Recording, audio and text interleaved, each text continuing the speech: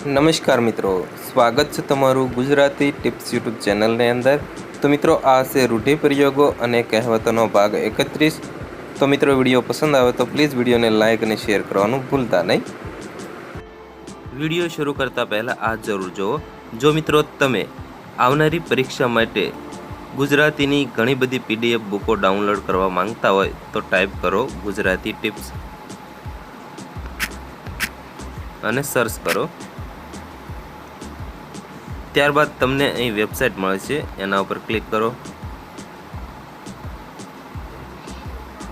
ત્યારબાદ અહીં 3 ડોટ ઉપર ક્લિક કરો તો તમને અહીં ફ્રી PDF બુકનું ઓપ્શન મળશે, એના ઉપર ક્લિક કરો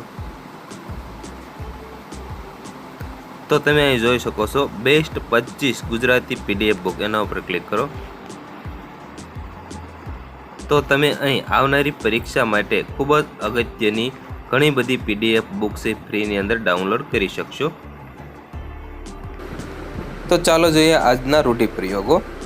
તો પાકું પાન હોવું એટલે ગળપણથી જર્જરિત થયેલું હોવું।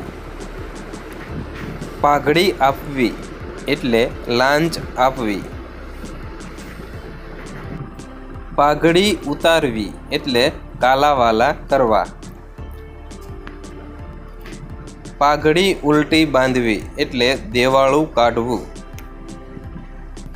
પાઘડી ફેરવવી એટલે પક્ષ બદલવો। પાછા થવું એટલે મૃત્યુ થવું। પાછા પડવું એટલે નિષ્ફળ થવું। પાછી પાની કરવી એટલે પાછા હટવું।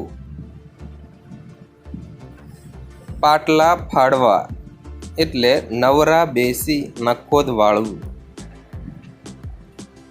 પાટેથી ઉતરવું એટલે આડે માર્ગે ચડી જવું। પાઠ શીખવવો એટલે બોધ શીખવવો।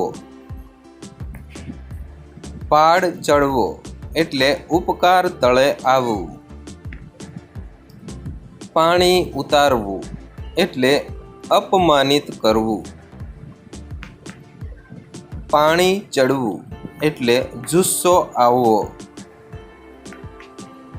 પાણી પહેલા પાળ બાંધવી એટલે સંકટ પહેલા ઉપાય કરવો। પાણી ફેરવવું એટલે ધૂળમાં મેળવવું।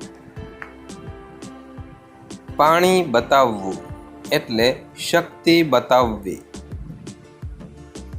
પાણી વલવવું એટલે મિથ્યા પ્રયાસ કરવો। પેટમાં પાણી ન હલવું એટલે ગુપ્ત વાત બહાર ન જવી। પાણીમાં આગ લગાડવી એટલે અસંભવિત કામને સંભવિત કરવું। તો મિત્રો, આ હતા ભાગ 31ના કેટલાક રૂઢિપ્રયોગો અને કહેવતો વિશે।